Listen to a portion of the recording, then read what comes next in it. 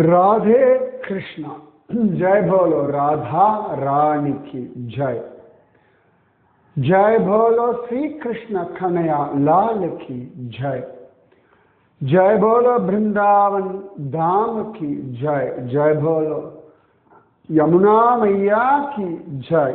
जय बोलो गोवर्धन गिरिराज की जय।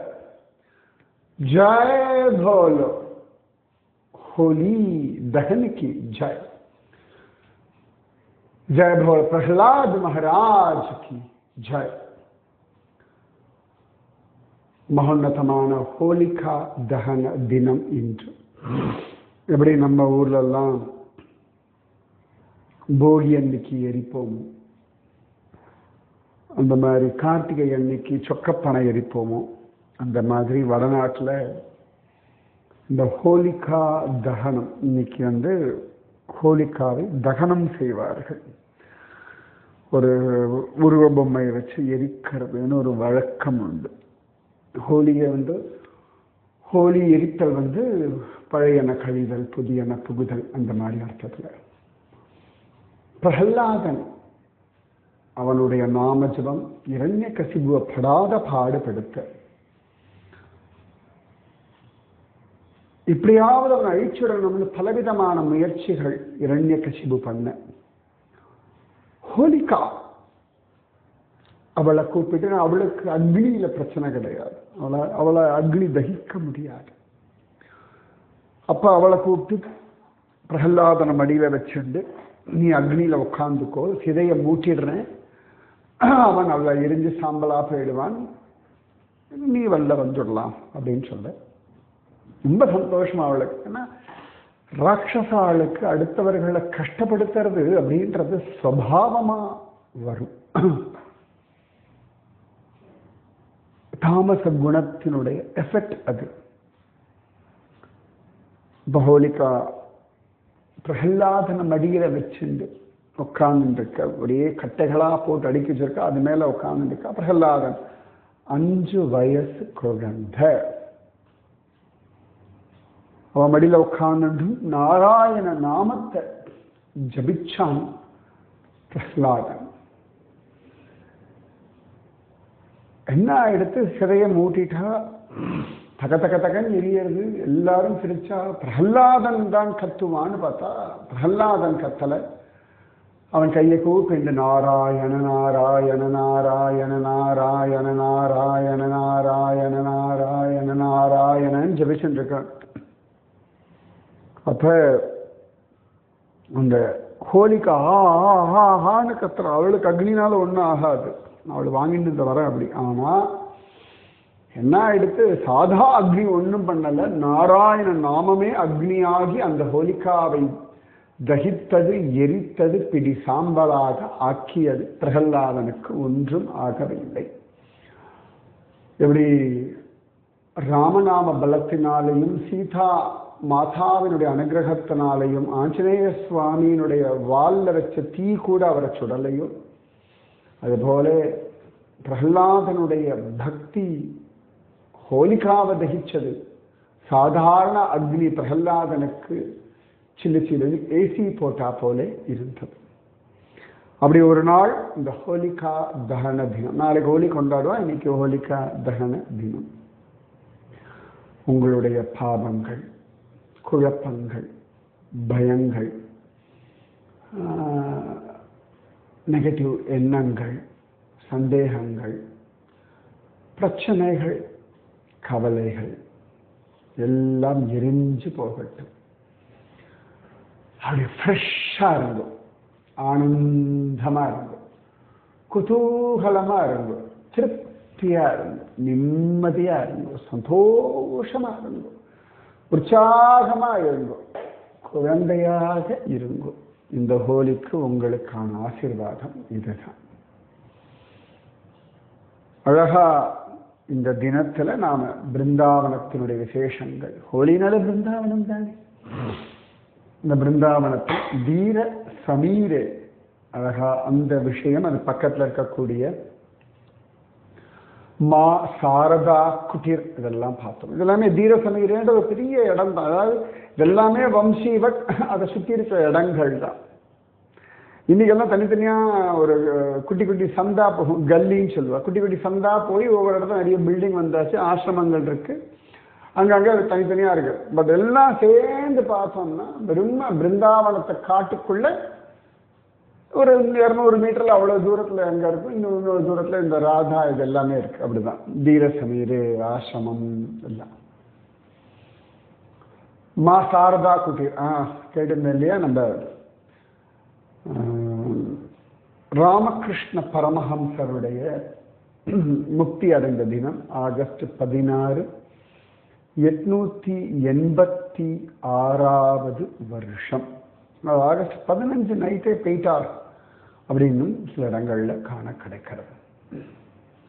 அதே மாதிரி முந்தாண்டுக்கு அதுக்கு முன்னாடி நாளோ கேட்டிருந்தேன், சைத்தன்ய மகாபிரபுவோட சம்பந்தப்பட்ட பிருந்தாவனத்தினுடைய ஸ்தலம் எது அப்படின்னு.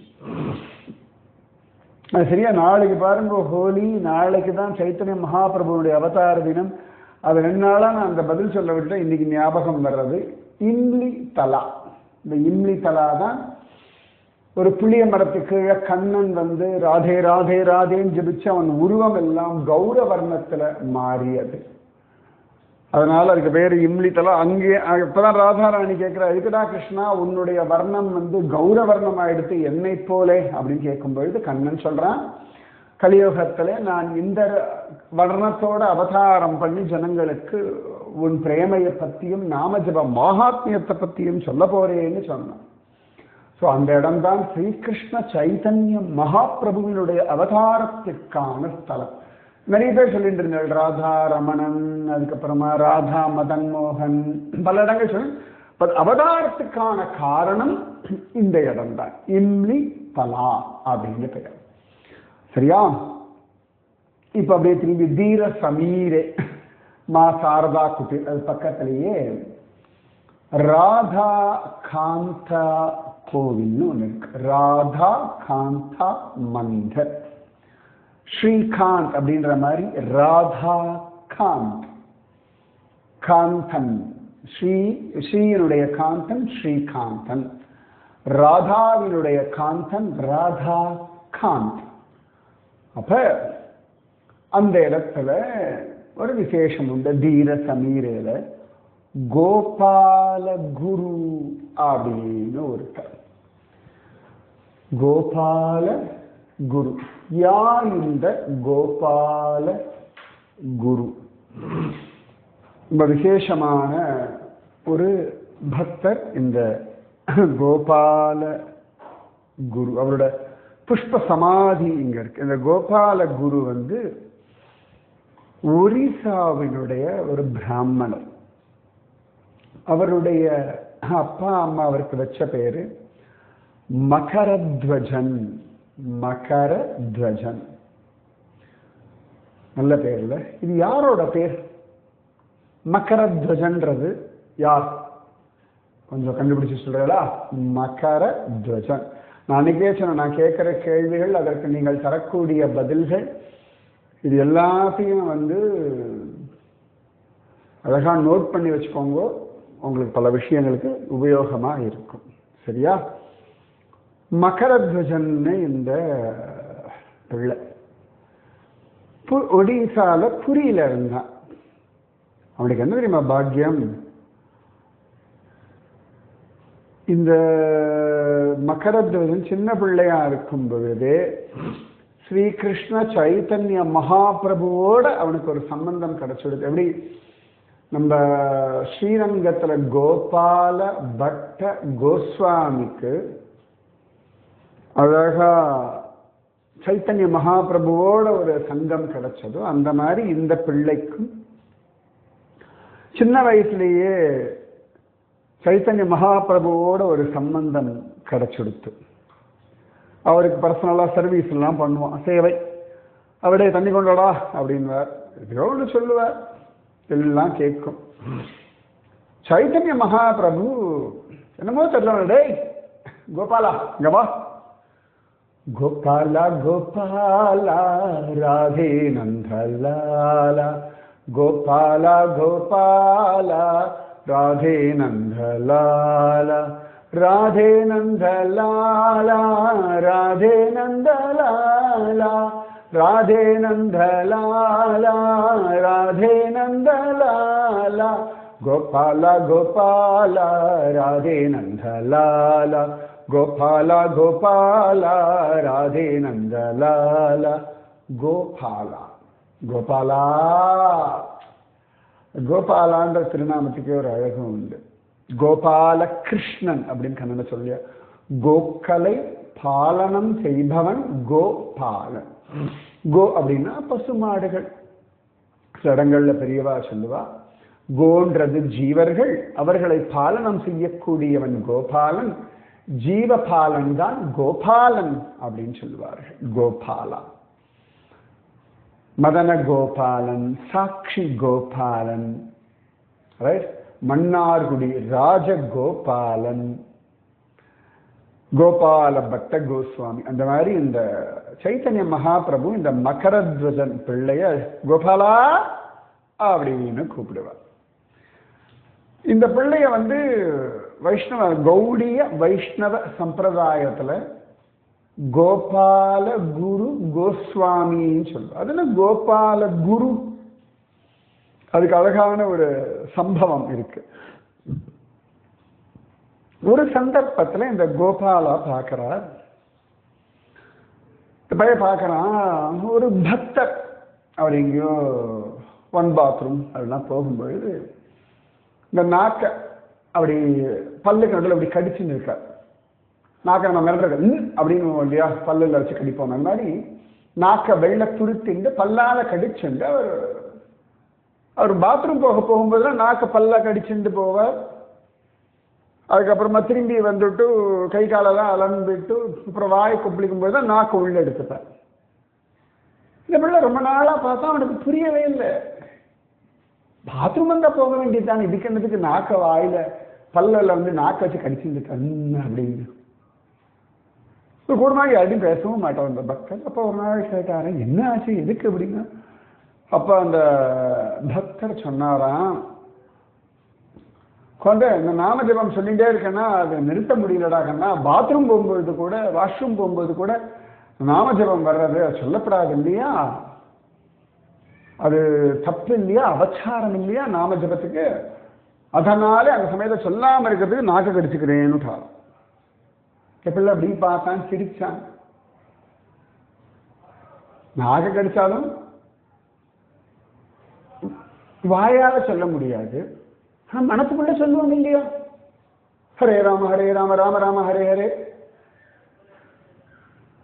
இவனை பல்ல கடிச்சுண்டு நாக்க கடிச்சுண்டு மனசுக்குள்ள சொன்னேன், கேட்காதான உள்ளுக்கு சொல்ல முடியுங்க.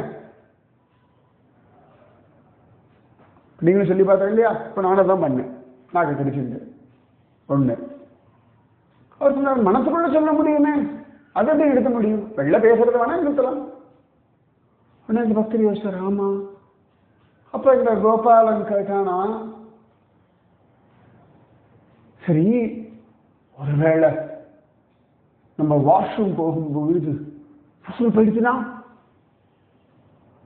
அந்த சமயத்தில் நாமஜபம் பண்ணலைன்னா உசுறு எப்ப வேணா போகும்ல அப்படின்னு திடுக்குன்னு அந்த பக்தருக்கு.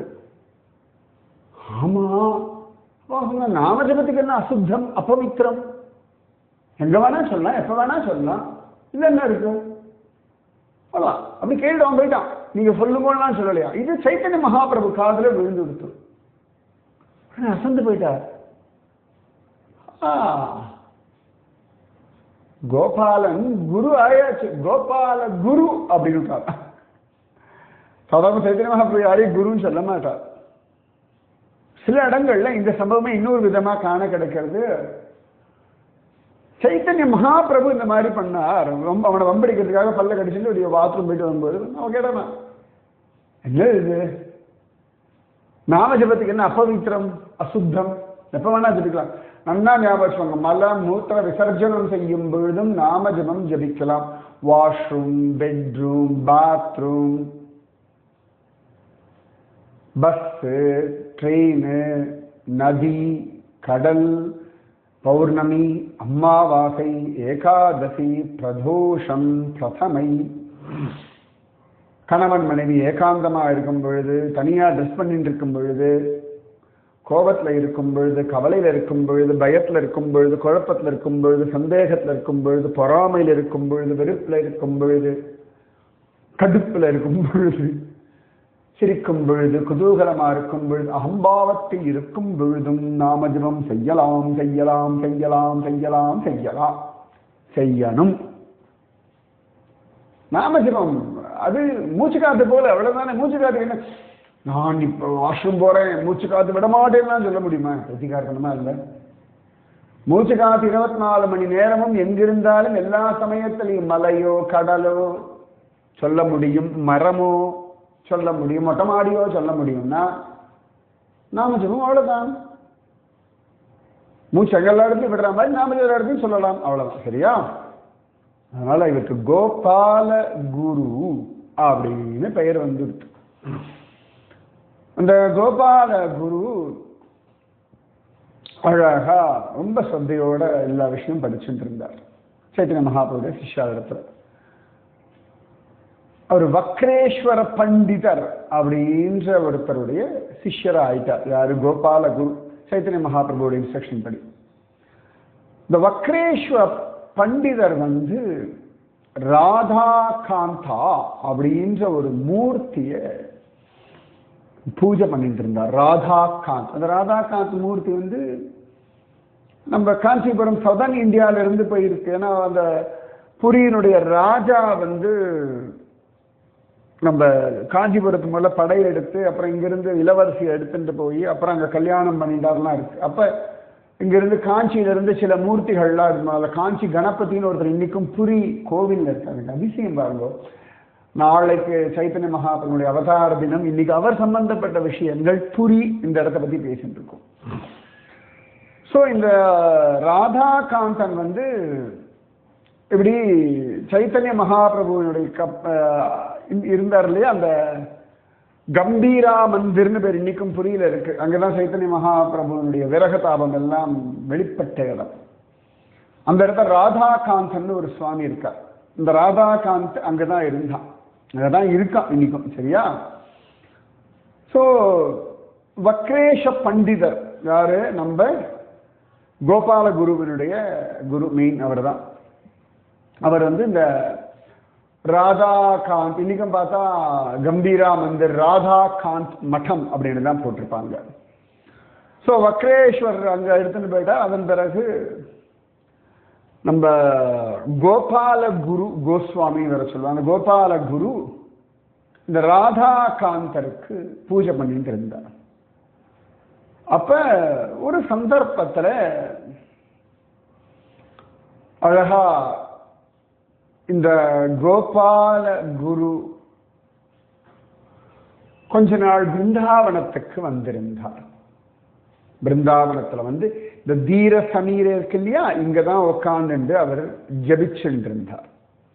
உட்கார்ந்து எப்பொழுதுமே ஹரே ராம ராம ராம ஹரே ஹரே, ஹரே கிருஷ்ண கிருஷ்ண கிருஷ்ண ஹரே ஹரே, ஹரே ராம ராம ராம ஹரே ஹரே, ஹரே கிருஷ்ண கிருஷ்ண கிருஷ்ண ஹரே ஹரே அப்படின்னு ஜபிச்சுட்டு இருந்தார். அந்த தீர சமீரே அந்த இடத்துல ஜபிச்சுட்டு இருந்தார். கொஞ்ச நாள் ஜபிச்சுட்டு அவர் திரும்பியும் புரி போனார். இந்த தீர சமீரில் அவர் ஜபிச்சார். ஓகேவா? அது அப்படியே இருக்கட்டும். இந்த வக்ரேஸ்வர பண்டிதர் அவர் சரீரத்தை விட்டு கிளம்பும் பொழுது கோபால குரு அவர்கிட்ட தான் இந்த ராதாகாந்தனை வச்சு பூஜை பண்ணிட்டுன்னு சொன்னார். அப்ப இந்த கோபால குரு ரொம்ப வருஷம் இந்த ராதாகாந்தனை பூஜை பண்ணிட்டு இருந்தார் புரியல. ஓகேவா? இந்த கோபால குருக்கு நல்லா வயசாயிடுறது. அப்ப அவருக்கு ஒரு கவலை வருது. இந்த கம்பீராமந்தில தான் இந்த ராதாகாந்த மூர்த்தி. தனக்கு அப்புறம் யார் இந்த ராதாகாந்தனுக்கு பூஜை பண்ணுவார்கள் அப்படின்னு ஒரு யோசனை இருந்து. இந்த ராதாகாந்தனை சைத்தன்ய மகாபிரபுல ஆனந்தமா அனுபவிச்சிருக்கார். அப்ப பகவான் கிருஷ்ணன் ராத்திரி சொப்பனத்துல வந்தான். ஒன்னும் கவலைப்படாத, நான் உனக்கு ஒரு சிஷ்யனை ஏற்பாடு பண்ணியிருக்கேன், அவன் தொடர்ந்து இந்த காரியத்தை பார்த்துப்பான். நாளை காத்தால நீ யாரை முதல்ல பார்க்குறியோ அவன் தான் உன்னுடைய சிஷ்யன், அவன் தான் எனக்கு பூஜை பண்ண போறான்னு சுவாமியுடைய உத்தரவு. இதெல்லாம் நடக்கிறது புரியில கம்பீரா மந்திர். கம்பீரா புரியில எனக்கு ரொம்ப பிடிச்ச ஒரு இடம். கோவில ஜெகநாதன் கோவிலெல்லாம் விட எனக்கு ரொம்ப பிடிச்ச ஒரு இடம் இந்த கம்பீரா மந்திர். அப்படியே மணிக்கணக்காக அங்கே உட்காந்துருந்தா ஆசை இருக்கும். பக்தாவோட போகிறதுனால ஓடிட்டே இருப்பேன். என் மனசுக்கு ரொம்ப நெருங்கின இடம். அதுவும் சித்த பகுல் ஹரிதாஸ்யவன் அவருடைய சமாதி இருக்கு, அவருடைய பஜனை இடம் நடந்த இடம். அந்த மாதிரி ஒரு ஆசை இருக்கு. ஏகாந்தமா போய் புரியல அப்படி காலார நடக்கணும். பிருந்தாவனத்துக்கு ஏகாந்தமா போய் காலார நடக்கணும். என்னமோ தெரியல, கூட்டம் எல்லாம் சலிப்பு தான். ஏகாந்தம் ஏகாந்தம் ஏகாந்தம், அது சுகம். அவ்வளோ ரைட் இருக்கட்டும். அதுவும் பாண்டங்கன் பகவான் கொடுப்பான். பாண்டங்கன் வேற சொன்ன அடுத்த நாள் காத்தாவில் எழுந்தார் கோபாலகுரு. வெளில வந்து பார்த்தா ஒரு பிராமண பையன் நிற்கிறான். அன்னை கோபாலகுரு அவனுக்கு உபதேசம் எல்லாம் கொடுத்து அவனுக்கு தியான சந்திரான்னு பேர் வச்சுட்டார். ஆச்சா, கொஞ்ச நாள் ஆயாச்சு. அவனுக்கு எல்லாம் சொல்லி கொடுத்தார். இந்த கோபாலகுரு சத்கதி அடைஞ்சுட்டார். என்ன ஆயிடுச்சுன்னா, இந்த கோபாலகுரு ராதா காந்தனுக்கு பூஜை பண்றதுக்கு தியான சந்திராவை நியமிச்சுட்டார் கோவில்ல. இது புரி மகாராஜாவினுடைய அவளுக்கெல்லாம் கொஞ்சம் பிடிக்கல. அது எப்படி நம்மளை கேட்காம இவரா ஒரு இது பண்ண முடியும் அப்படின்னும் பொழுது நினைச்சிடும் போது இந்த இவருடைய கோபாலகுரு அவரை அவருடைய உடம்பு எடுத்துட்டு கோவில் வாசல்ல கொண்டு வந்து வைக்கிறார். சிங்கத்வாரத்து வாசல் அல்ல, அந்த ஸ்வர்கத்வாரம் சொல்ல. அதாவது புரி கோவில் பக்கத்துல இருக்க சுடுகாடு பேர் ஸ்வர்கத்வாரம்னு பேர். ஏன் அதுக்கு ஸ்வர்கத்வார் கண்டுபிடிச்சு சொல்லுங்க பார்க்கலாம். அங்க எடுத்துட்டு வந்துட்டா கடைசி காரியம் நடக்க போறது. அதுக்குள்ள ராஜா என்ன பண்ணா, நேர ராதா காந்த மந்திரம் அவன் கண்ட்ரோல்ல எடுத்துட்டான். உடனே தியானசுந்தரனுக்கு என்ன பண்றதுன்னு தெரியல. அவனுக்கு குருநாதர் போயிட்டார். இப்ப ராதா காந்த கோவிலுடைய கைங்கரியமும் போயிடுச்சுன்னா வாழ்க்கை அப்படியே ஒண்ணுமே இல்லாம எடுத்து. குருவும் இல்லை தெய்வமும் இல்லைன்னா ஒன்றும் புரியாது இல்லை. ஓட குருவினுடைய காலை கட்டி பிடிச்சுட்டு அழுதான, குருநாதா நான் என்ன பண்ணுவேன், எனக்கு உங்களுடைய அனுகிரகம் வேணும்னு அழுதானோ. டக்குன்னு எழுந்துட்டார் கோபால குரு. போயாச்சு. இவனுடைய பக்தி ஸ்ரத்தை கதறல். குருவுக்கு உங்க அகம்பாவமும் தெரியும், பைத்தியக்காரத்தனமும் தெரியும், பயமும் தெரியும், கதறலும் தெரியும், அழுகையும் தெரியும், அசடுத்தனமும் தெரியும், அக்கறையும் தெரியும், காமமும் தெரியும், பிரேமையும் தெரியும், புத்தியும் தெரியும், பொறாமையும் தெரியும், அஸ்ரத்தையும் தெரியும், ஸ்ரத்தையும் தெரியும், பிரார்த்தனையும் தெரியும். எழுந்துட்டார் கோபாலகுரு. எழுந்தார், வரா அப்படின்னு சொல்லிட்டு எல்லாரும் கூடி சேர்ந்து ஆடிந்து ஹரே ராமா ஹரே ராமா ராம ராமா ஹரே ஹரே ஹரே கிருஷ்ணா கிருஷ்ண கிருஷ்ணா ஹரே ஹரே. ஆனந்தமா அப்படியே ஜெபிச்சார். அப்படியே ஜெபிச்ச ஆனந்தத்தை தளச்சார். திரும்பி நேரம் வந்துட்டார். எங்க கோவிலுக்கு வந்துட்டார். கம்பீரா மட்டம் ராதா காந்த மடத்துக்கு வந்துட்டார். யாருக்கும் ஒன்றும் புரியல.